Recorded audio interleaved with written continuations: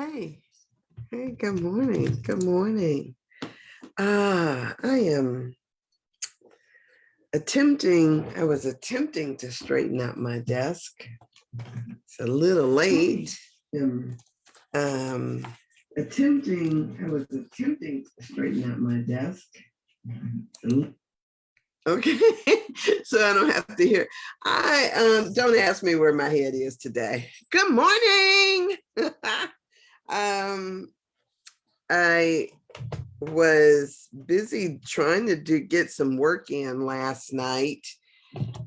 And then I had the opportunity to go down to um, Cleveland City Hall to see my brother. No, to support Harry Boomer in his receiving an award recognition for his years of service.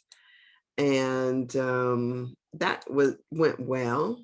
And I did not stay long because it seems like I had been working all day, and then um next thing I know, it was time to go, and I was starving too. It's like so I went down, and it's really weird. I don't know how you are, since I keep talking about since the shutdown. But I don't know how other people are, but it's not very often that when I'm thinking about, oh, I'm starving, and I go through all the possible places between downtown and my home that I can go, and I'm not thrilled about any of it. It's like, I'll just wait till I get home. And so that was what I did. I came home, and then I ate something that wasn't necessarily good for me. May have been kind of okay to me, but not necessarily good for me. So, whatever the case may be, it is a terrific Tuesday. It's Tuesday. And I'm excited to be here and to talk to you. I have sometimes it's funny because there is not a continuity in my consciousness about what I've said or didn't say, what I've any of that stuff. It is there is this just show up and let me do what I do. It would be nice if I had an awareness and could maybe one of these days map out what the week will look like. But short of that, it is what it is. So, and one of my dear girlfriends was talking about, I love when guys have, if guys put you in the do not interested, you're not my person kind of category. They feel as if they are free or somehow entitled to say all kind of stuff to you, about dating life and about their thoughts and all of these things. And so she started telling me about that this guy, a friend of hers, who apparently she's in the yeah, not you category. You're just my friend category. He was telling her about a woman that he went out with, and she kept saying, "Oh, I've just got to be my authentic self." And she says, and then she goes on to say, as she sat there with fake hair, fake this, fake that, fake nails, false eyelashes, all of this stuff, talking about her authentic self. And, there's a part of me that, which is what I said to her, well, that's what he's attracted to because that's what he's on a date with. I mean, he took her out. So this idea of, you know, shaming people, I am just not into that. Like, right? I'm just not there anymore. I don't know that I've ever been that girl, but now it is like, let's talk about this radicalness. Let's talk about this radical reawakening of the divine feminine that talks about um, the reasons why things like that are so popular, right? What, what is it? It is it because we look at another woman and think, oh, that's so beautiful, I want that too? Or is it because we find that people respond to us on a different level when we show up in those spaces like that? Those are the questions that we have to talk about, or take our own ownership of in the process of looking at people. What part is yours, right? And so that I think for this, the idea about consciousness, this awareness. I had another friend who was talking about what he went through when he didn't get something that he was asking for, wanting. He started in on, asking these questions about, aren't I more qualified? Aren't I the better candidate? What is this? And then trying to distill it down to a possible cause. And he said in the process of that, he caught himself. And that's what this work is all about, to, when I say that, arrest the development of some of these thoughts. How do we just step out in front of them and say, whoa, whoa, whoa, whoa, whoa, hold up, let me show up and do what's mine to do. Let me do my part without all of the meaning making that we have a tendency to do, because that's what we do. We bring meaning to a situation. We give it all the meaning that it has. And so you get to establish your meaning, right? um it's so funny because we have so outsourced our power to other things, other people, other bodies, right? Outsourcing that. And now I'm asking that we now take it back and not ask what would somebody else do, but what's my highest and best in this? What is the best for me? What is the best that I can do? Good morning. Terrific Tuesday to you, James. How are you today? It's one good morning, Ruth. Hey, good morning, good morning. I am so, yes, I am so thrilled and happy to see you both, and whoever else may be watching. I am thrilled and happy to feel the vibe. You know, this I was having this conversation, and this guy was talking about, oh, it's all about the energy and the vibe for you. And I was thinking to myself, I don't go around just like looking at people going,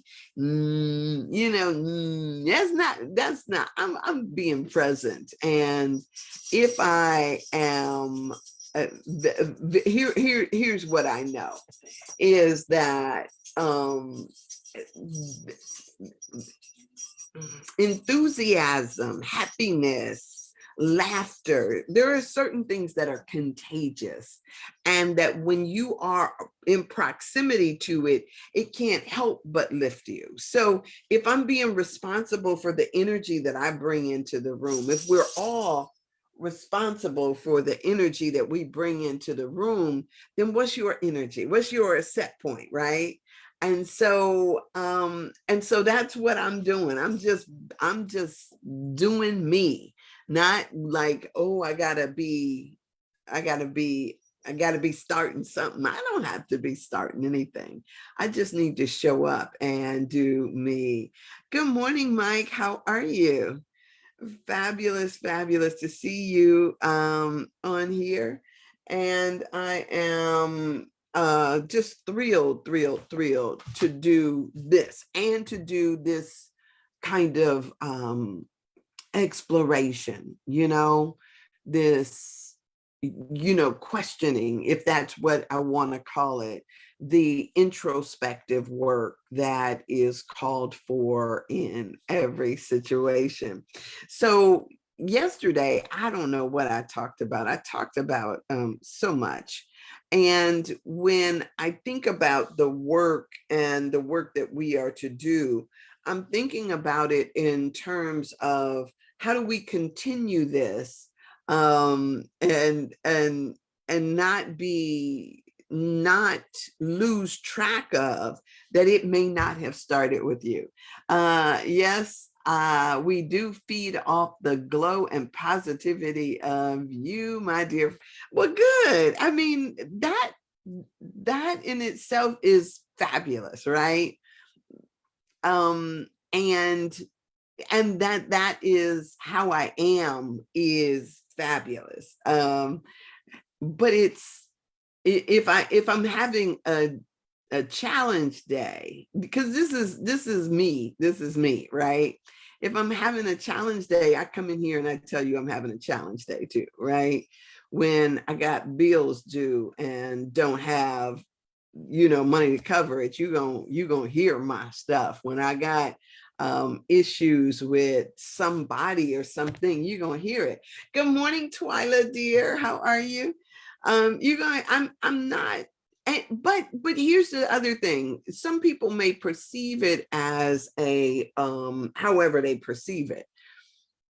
But one of the things that I know is for me, even when I am having when I'm going through some issues, when I'm going through those dark periods in my life, I don't make it seem as though I can't see the other side or don't know that there is the light coming, right? I'm always talking about and comparing God to the sun, right? It is that we know that the sun, even though there may be clouds that come overhead and block it, we know that the sun is still shining. Even though nightfall comes, and in the moments we feel like we're in that, that 11th hour where it's so dark, we don't, you can't see the light. I know that it's coming.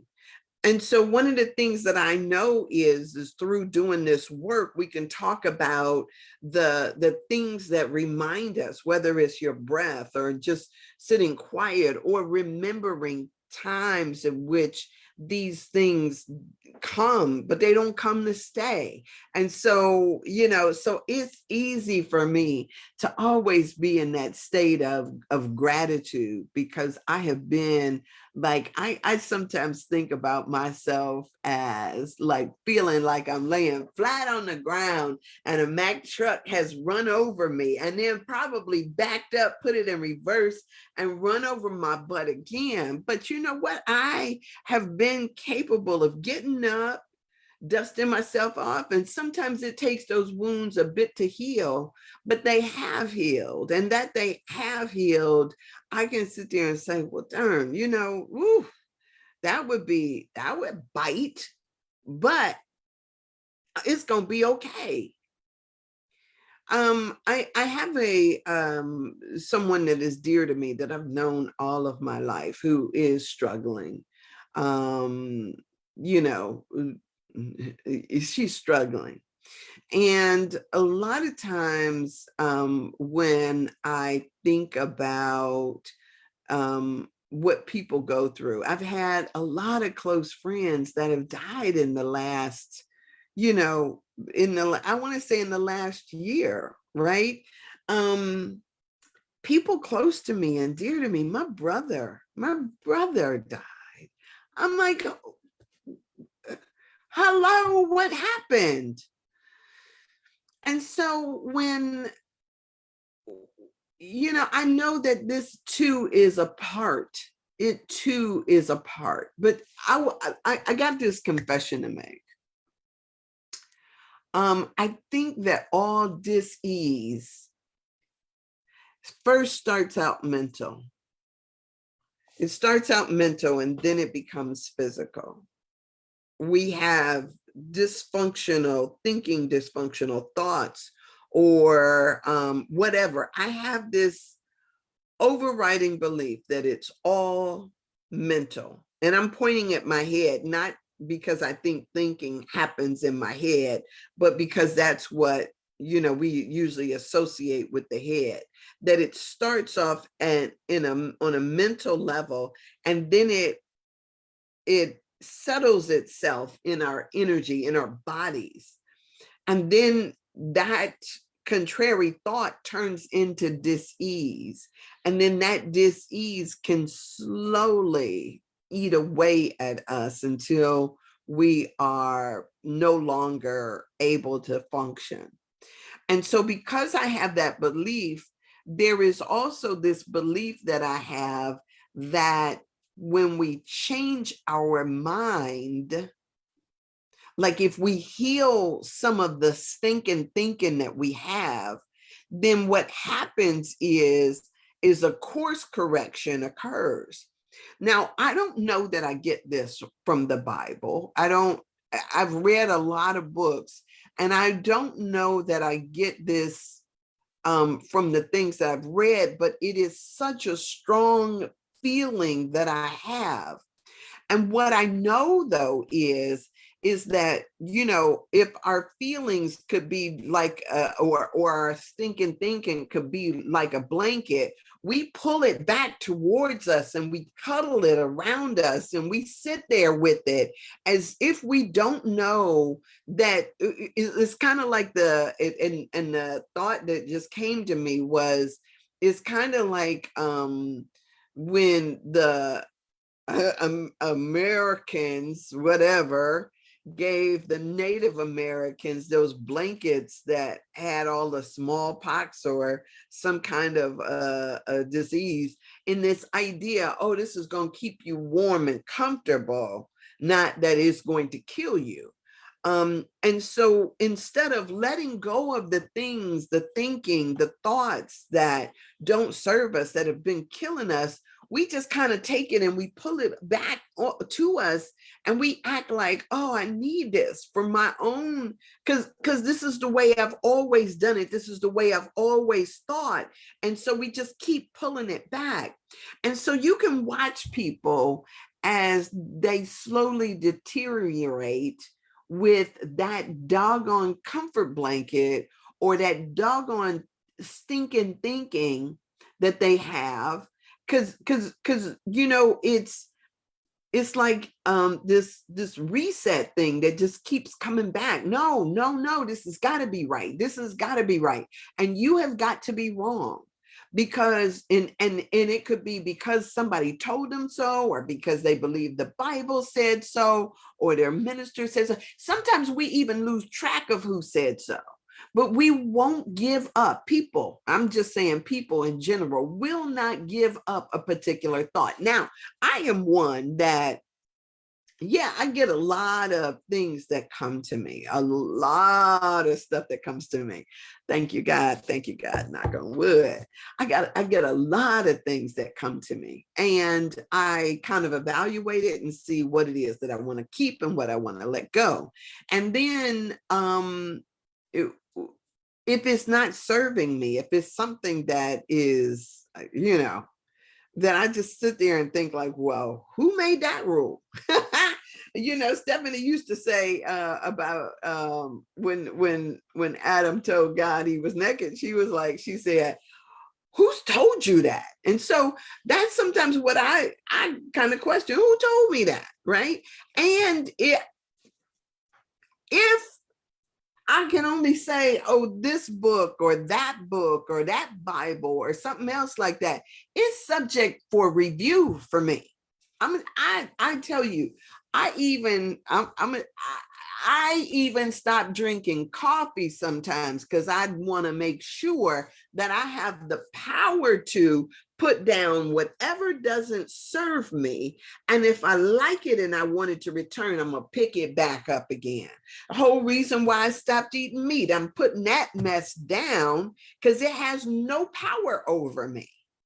I can pick it back up and choose to eat it again if I so choose. Whatever it is, if it's if it's doing without a person, doing without sex, doing without a particular type of food, doing without sugar, doing without baby oil, I'm gonna put that mess down for a while and make sure that it doesn't have power over me. And then I'll pick it back up again if I decide that that's what I want.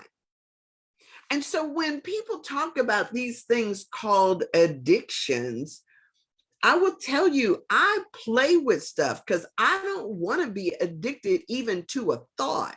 What happens if this thought isn't serving me, right? If it's something that is contaminating my life, if it's contaminating my body, I'm gonna pick that doggone thing up like it's a little mouse and I'm gonna get rid of it, smash it like a bug. And so I don't know though, and I'll tell you where this came from, because I'm a Pisces, and one time I read somewhere that Pisces have highly addictive personalities. They can get addicted to just about anything, is what it said. And I was like, oh, bet, right? Bet. I ain't gonna be, I am not going to succumb. Thank you, God. Thank you, God. Thank you, God. I am not succumbing to addictions. Ooh, and I have been addicted before. Ooh, I could tell y'all some stories. I was addicted to a man. I called it dickmatized. I know some of y'all, I see numbers drop as soon as I say stuff that, oh, I can't listen to her. That's okay, right? I had some guy that had me strung out. Oh my God, talk about lost and turned out. Woo, you talk about a drug. But you know what? At a certain point, I don't care, I don't care, I don't care. He would do something. I remember one day, I told him, I said, you know, I, I was like, you will not, you will not call me out of my name, right? I don't go for that. Not on any day of the week. And so he tries me about a week later and he calls me bimbo. I was like, oh, yeah. And it was like I stopped talking to him for probably about 9 months. He calling me up, telling me it's not a bad word. I don't give a darn. It's a term of endearment. Oh, not for me, it wasn't, right? And so it's just, right? I will tell you though, I had 90 days clean and then I went back in. I think it was 9 months, but I would do it. And I had this one girlfriend that would joke about it because she was like, oh, he's like a seasonal thing for you. You go in deep, you go in for the plunge, and then the next thing I know, you're not talking to him for whatever. But it could be just like people yo-yo dieting. I don't know, but I have to make sure that I still have a level of control over myself and over my mind. When I learned about the prostitute archetype, I want to turn around, but I'm pretty sure that book is not on my shelf, because I'm pretty sure it's still in there on the kitchen, where I keep a lot of the books that I regularly refer to. There is a prostitute archetype. Now, archetypes are, for many of you, you already know what an archetype is. Archetype is a kind of a vibrational overriding energy that a lot of people are influenced by, or can find themselves playing out the particular drama. It's kind of like diagnosing a disease. There's certain symptoms, and if those symptoms are there, it's more than likely you fit up under that category or that archetype. I like to talk about, in particular, like the archetypes that people are familiar with. Like there's, although they don't call it this, but it is. It's like the Cinderella archetype, somebody who is being raised by a mother, stepmother that doesn't love them, or that actively works against them. We have the abandoned child and what that looks like if your parents have ever abandoned you, and then how that expresses. Because what one of the things that we don't realize is that there is a do I want to call it a symptomology to just about anything and everything that you could have go through. I was raped when I was a teenager, and I thought that because it wasn't something that I was walking around crying about, I thought that I was healed, until I started going into the shelters working for the Rape Crisis Center. I started going into shelters, and I actually even went into country clubs and stuff like that, talking to women about rape and sexual assault. And as I listened to them, I was just sitting there amazed, because I was listening and I was like I do that. Whether it is the inability to let somebody hold me, intimacy was something that I couldn't do. There was this part of me that would exit my body and feel like I was watching from a distance. There was this need all the time to feel like I could wash somebody off of me. I mean, it would be like, okay, when I did have sexual contact, it was bam, move, get, like, no cuddle time, no none of this. I got to hit the shower. And it's like, I always felt dirty. I felt like there was a lot. And so and there's a whole bunch of other kind of things that people do when they have, especially around rape or when they've been traumatized and they haven't dealt with it, right? And so I started seeing, I was like listening to people, and I'm looking and I'm thinking, I do that. Oh, and I do that too. I was amazed at it. I was like thinking, I do all of that they were talking about. And so once I started seeing myself over and over again, I was like, oh, I need to get help. Because while there's this part of us that does that, I don't want to call it neuro-linguistic programming, but there's this tendency that we have to take stuff that has happened to us and to put it in something, like catch it in a jar, and then we think we put it on a shelf in the back of our mind, and because it's locked up tight in a little box or on a shelf, we think that it still doesn't impact or influence us. But this baby is still at play. This baby was still at play, and it was me that was tricking myself into believing that I had dealt with it and healed from it. And so what I did is I went and I got myself into therapy. And I started seeing a woman, and I really started talking through stuff. And it wasn't as if she had some magic wand. She had suggestions for me, right? Well, she would tell me that things were okay, right? It's okay for you to feel this way. It's okay for you to not want this. It's okay for you to do that. She walked me through those experiences. I did mirror work. There are some amazing books out there too for people who never talk about it. I know a lady who is older, much older, I don't know, 80s, 70s, 80s. And she's got her body is racked with dis-ease.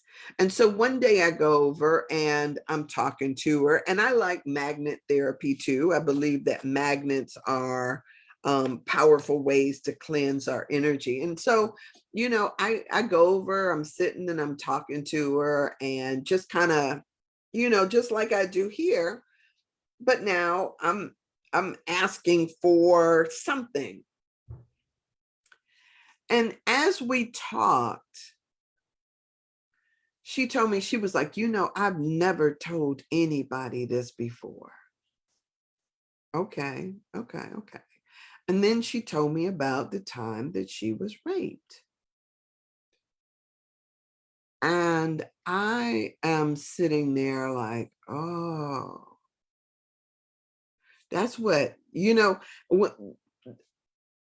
dis-ease in our body. I'm telling you, every time I go back to it, it starts off as mental, and then it shows up in our physical. And if we're walking around with stuff and we think that it's in a locked away and we're not dealing with it, this bad boy is infecting your entire system.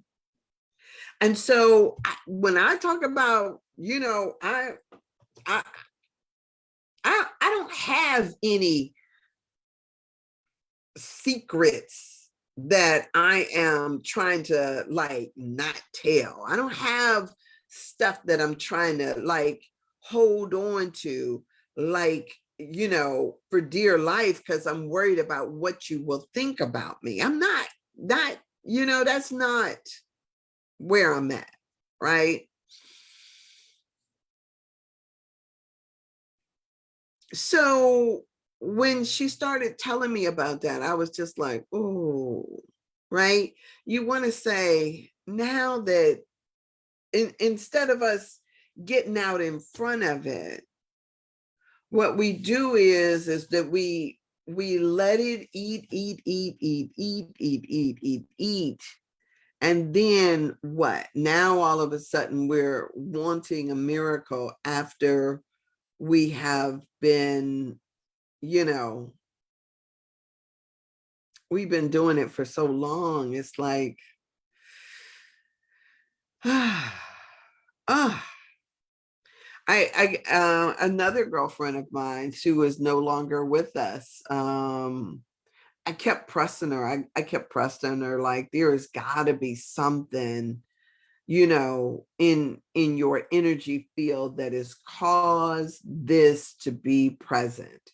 It's got to be something there. Good morning, Juan. It's got to be something there that caused this dysfunction, this dis-ease in your body. And it took her a long time to come clean, but by the time she did, it was already like, stage 4. It was already ugly.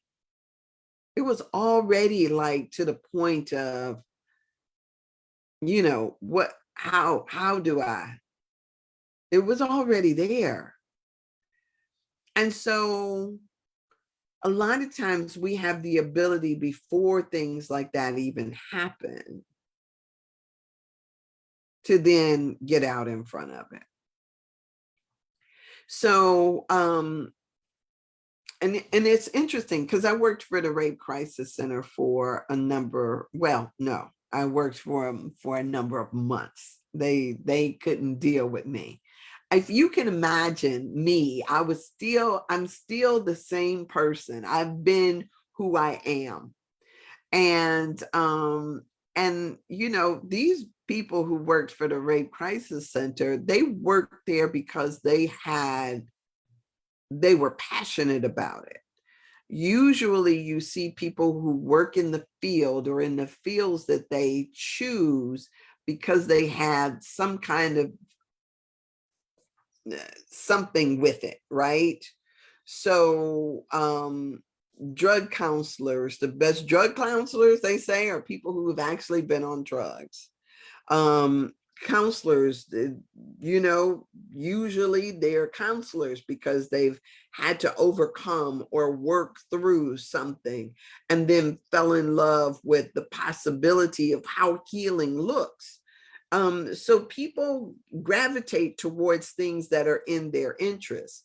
So I'm here, I was there at the Rape Crisis Center, and sure enough, I had experienced rape, which of course is, makes you more sensitive to people. But because I had not healed, I was kind of like in my unaware. And I remember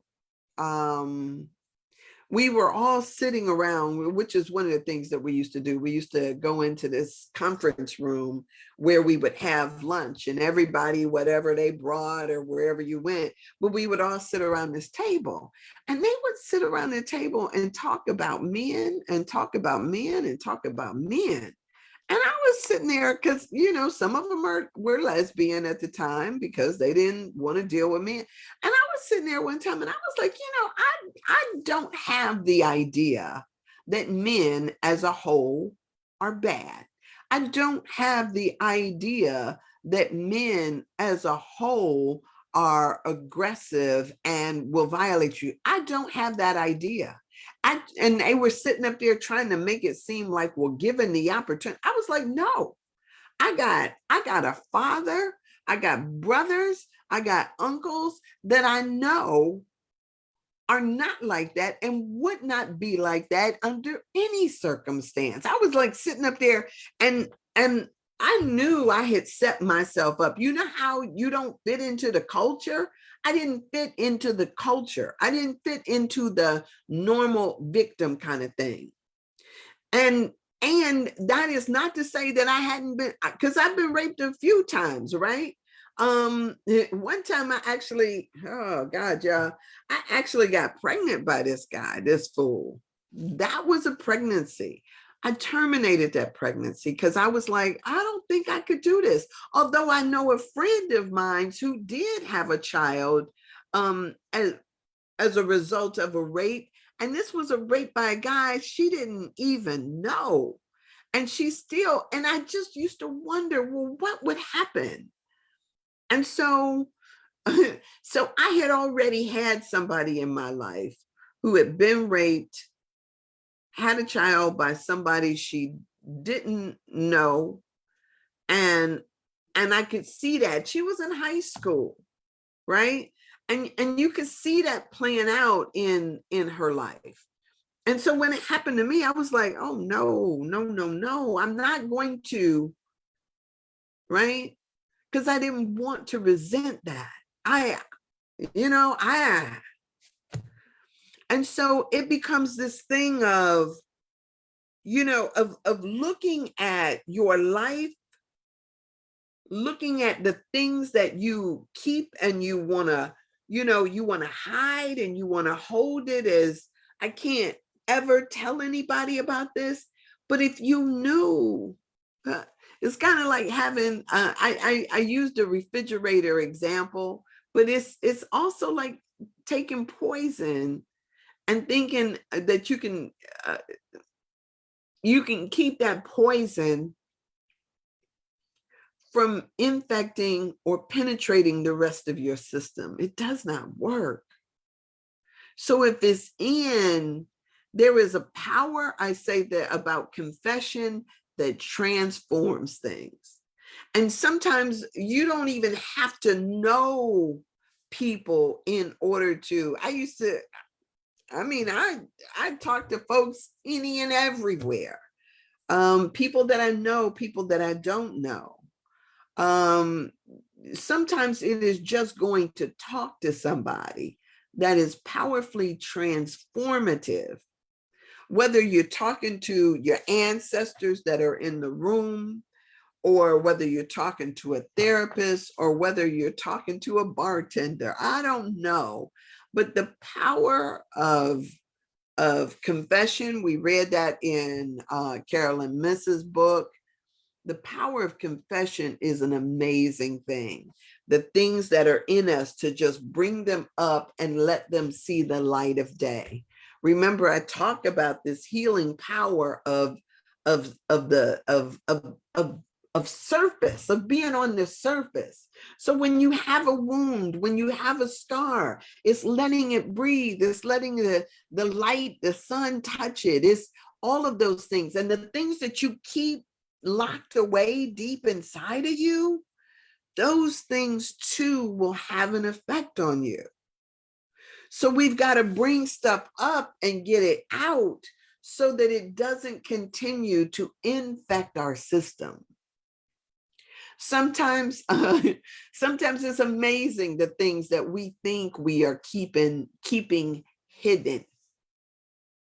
And you know, you can be looking at a person and thinking like, wow, you sure got a big limp, right? Or you know, it looks like you're carrying the weight of the world on your shoulders. You think that people can't see it or can't tell it. They may not be able to pinpoint it, but it shows through in your energy when you are holding on to or hiding something. So I don't know about you, but for me, it is, let me deal with all the stuff so that it doesn't continue to infect me with its darkness. So that was, I know that's a lot, and I don't even know where that came from. But it is for somebody, right? It's for somebody.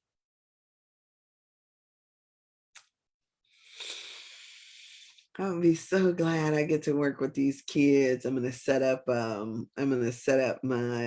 website all over again, and that is coming, is coming, is coming. So so he talks about in this book, It Didn't Start With You, that the actions we take are important.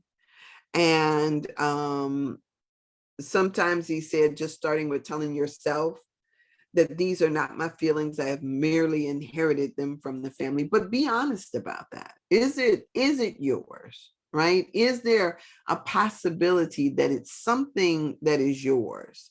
And if it's not yours and you discover that maybe this didn't even start with me or it didn't originate with me. So now that that possibility is there, how do we then speak to that? And for me, that is like when I talk about this idea of speaking into the atmosphere, it doesn't seem like there is anything else here. But if I told you I got 120 people that are crowded into this room, 120 spirits that are in here with me now, y'all would be thinking like, oh, this girl is tripping, right? Because how could this be? As a matter of fact, who says that spirit is divided so that you can count 1, 2, 3, 4, 5, 6? But there is an energetic something, posse that is along with me that I can, you know, and when it's active, it's almost like it feels like tingly, prickly, you know, that kind of stuff. And so when I say speak into the atmosphere, whatever it is that you are desiring, whatever shift you are anticipating in your life, I'm saying thank you now for, you know, for money. I'm saying thank you now that I don't even have to worry or think about it anymore, that it is showering down in my life, that I am a magnet for money, but I'm also a magnet for love. I'm also a magnet for ideas, and that, you know, my book is coming into fruition and all of this, you know, whatever it is, speak it into the atmosphere. And as you begin to call forth your destiny to you, right? If it's a healing of your body, right? Lay your hands on your body and just, here's where I need, thank you, thank you, thank you for this, right? Thank you for blessing me in this. Thank you for supporting me in this chosen endeavor that I have. Whatever it is, just speak it over your life. When you think about this stuff, you want to make it seem like, oh, it's just one thing and God is way up there. But no, you got a posse that travels with you. If you could just imagine that all the ancestors before you that came, they are here to help you. But if you never ask for help, they don't know how to help you. Or at least like they'd be sitting up there saying, computer, what is that? Like, because in their lifetime, they didn't have any of that stuff that you talking about. Phone, what's a phone? With you talking about an outhouse? Are you talking about that little booth? Right? Come on now. I'm not saying that, that there aren't some things that they can glean an idea on, but we gotta at least speak into the atmosphere. This friend of mine's, he said to me, I love the way people talk to me about stuff. And he said to me, he was like, he says, I hadn't been praying for what I wanted. You can't really pray for sex, can you? And I was like, well, if that's all you perceive yourself as wanting, then certainly you can. But then what does that look like when it comes? Because sometimes we got to give body to it, right? Sometimes we just ask for it. You can ask for sex, right? But if it comes without intimacy, or if it comes with what? I mean, you got to think about let me create an image. Let me create around what it is that I want. So yes, I don't want just money. Certainly I want to earn the money that I make, but I want to earn it doing what I love. I want to earn it. So if speaking and writing and traveling and talking to folks is my sweet spot, I want to earn this body of money in that area and earn enough, right? Get enough that I still have the opportunity and moments to create space so that I can listen, so that I can sit back and do what it is, cultivate this consciousness so that I have something to give when I get it. There are so many of us who are so busy on the grind. We work without even having time to spend the money or enjoy the money, or by the time we get off work, we're so darn exhausted because all we've done is concentrated on the work. What would it look like, right? This is what we've got to get to. What if you could have the life that you desire, what would it look like? And I know people who are all about being productive and don't even know what it means to have fun anymore, don't even know what it means to just sit back with some friends and chill. They feel like they're wasting time. It's like they're on a grind and they're running. But we've lost so much in this, and surely some people will say, well, we've got it as good as we've ever had it. But oh baby, like, let me just say that this may be better than what our forefathers, our parents had. This may be better, but one of the things that I know is that our parents had a sense of community. Our parents were in the 70s, 60s, 70s, they were still doing house parties. They were doing card parties. They were getting together. They were supporting each other. You didn't have to call and, I'm sitting in front of your house, but of course I can't knock on the door without calling you. They didn't do all of that stuff. They were just, I don't know if it's because you come from oppression into this thing, and all of a sudden when you get some semblance of freedom, now all of a sudden we're more divided than ever. So it's figuring out what is the highest and best that you could desire for yourself and for your life.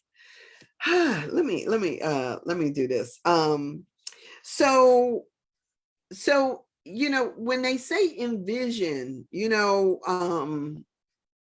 some event or what you could have possibly experienced, even if it was for you, right? Remind yourself that you don't have to allow that to continue to rule and run your life, to continue to tell you where to go and what to do. You can, some of that stuff you can say, that's not working for me anymore. Speak into the atmosphere. Speak into the atmosphere. So here's what he goes on to say, and I'm still trying to get through this. I've been on this page for 2 weeks. So I'm trying to turn the page at least. He says, you might also consider placing your hand on your body where you notice the feelings. And breathe deeply, allowing your exhale to lengthen inside of you. So say, for instance, like I talk about this tingling I get on my back. If I put my hands there and I breathe into that space, breathe into the space, and I imagine that my breath goes in and it picks up the debris that might be there and then brings it back out. And on my exhale, that heaviness leaves me. Wherever it is on your body, if you can put your hands there, lay your hands there, right? And breathe into that space. And as you let it go, let the emotional charge that might be there go, right? Just cleansing breath. When we talk about a cleansing breath, just take that breath all the way into those spaces and just let that go.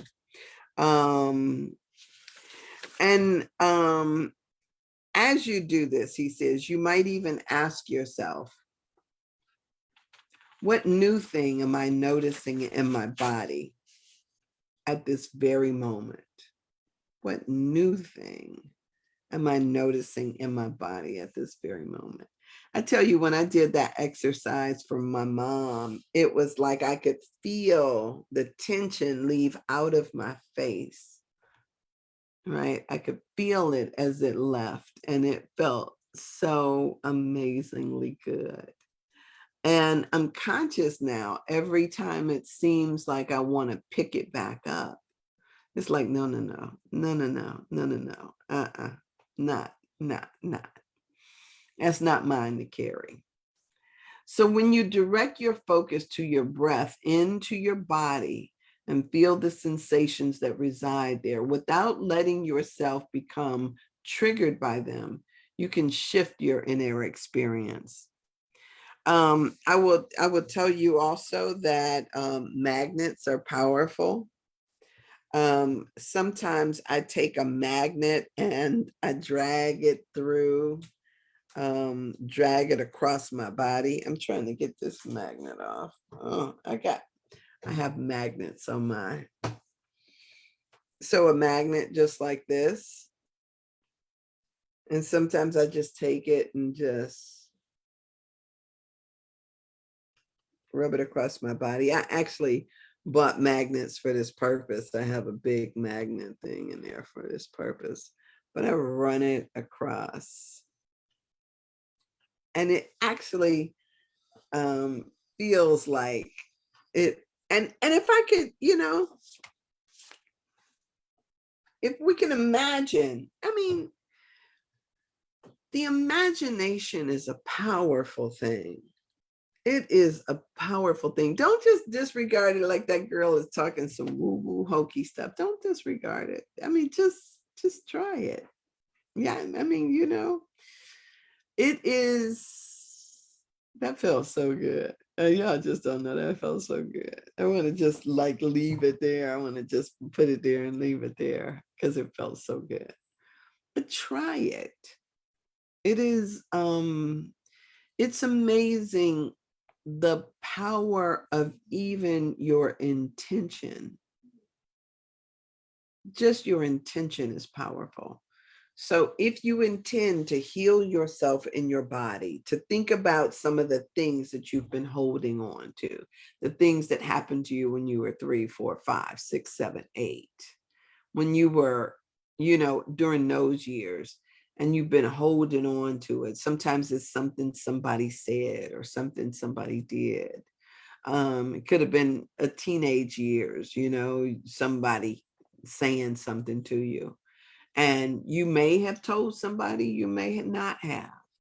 But now is the time to let that stuff come up so you can release it. Let it come up so you can release it. Let it come up so you can release it.